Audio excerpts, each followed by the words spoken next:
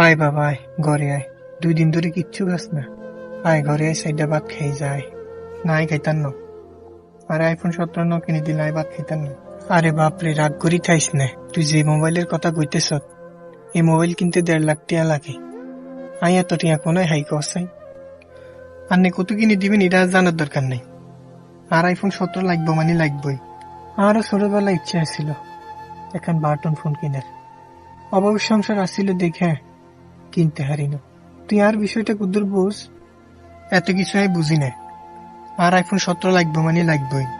আচ্ছা বুঝছি, তোরে বুঝানোর সাধ্য নাই আর। তোর জিদের কাছে আর হার মানার লাগবো। আচ্ছা যাই ঘরে যাই, তুই ভাত খা। আই যাই চাই করিম চেয়ারম্যান তুমি কোগাটিয়া হাওলাত লইতে হারিনি। চেয়ারম্যান সাহেব আইটা এখন বিপদে হয়ে গেছি।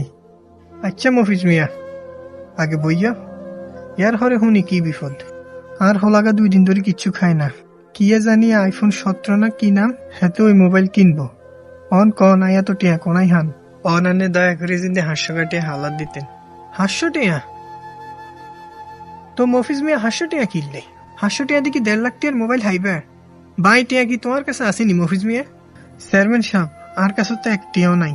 তাইলে মফিজ মিয়া 500 টিয়া দিয়ে তুই কি করবে? দাফনের কাপড় কিনতাম।